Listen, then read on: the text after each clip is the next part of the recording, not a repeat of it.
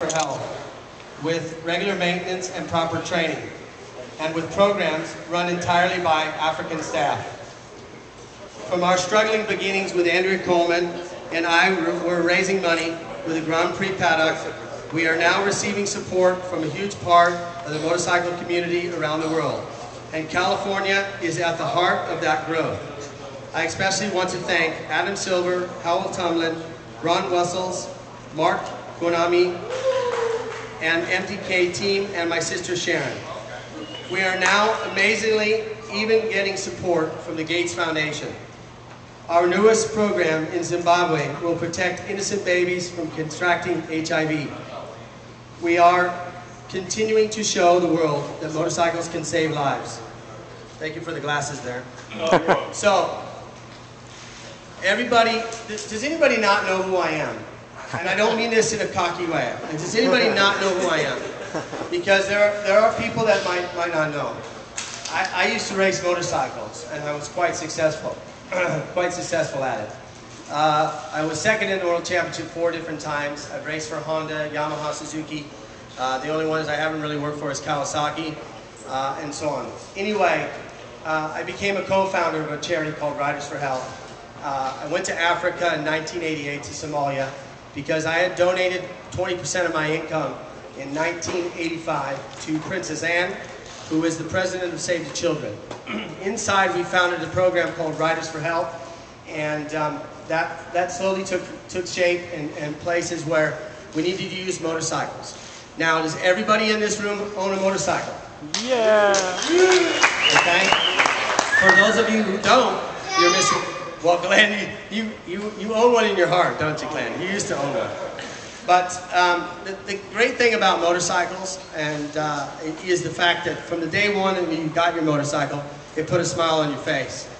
And so therefore, it doesn't matter what country we come from, where we go in this world, each of us can talk to one another because of the love of motorcycles. And it's really funny because we have our families, we have friends, we have work colleagues that are going, "Are you crazy? You ride motorcycles?" Well, listen, the generation that's my generation and just a little bit below, the kids are crazy. You see what they're doing on skateboards, you see what they're doing on rollerblades, you see what they're doing on snowboards. You know, everything was extreme for us. Was our family smoked in the car with the windows up? That was extreme. We rode bicycles without helmets. You know, that was extreme. Today's kids, you know, what they're doing on stuff is just incredible. But the thing is, motorcycles has been a part of my life, and the unique thing about it is I always said if I ever became famous enough, I'd like to turn it into something positive for motorcycles. I was born in 1959, and I grew up right here in San Jose, Santa Clara, California. And for that generation that grew up back then, you remember the Hells Angels and the guys riding the Harleys and stuff going over to Santa Cruz. You remember the stigmatization that was along with it of bikers guys were bad people. Well, the unique thing about this charity is that the same thing that brought a smile to your face from the day one that you got your first motorcycle is the same thing that's bringing the smiles to young people's faces in Africa and saving their families' lives. One out of every 5,000 women die in our Western world of childbirth, but 1 out of 12 in Africa. And you know, that's just ridiculous in this day and age of having modern medicine and so on. For the people that don't know a lot about Riders for Health and the things that we do, we also have a program that we're working with Elton John, where he bought 120 motorcycles, and the African people manage them with us with Riders for Health in Lesotho. Look it up on Google, Elton John Riders for Health, and you'll find something. It's very small.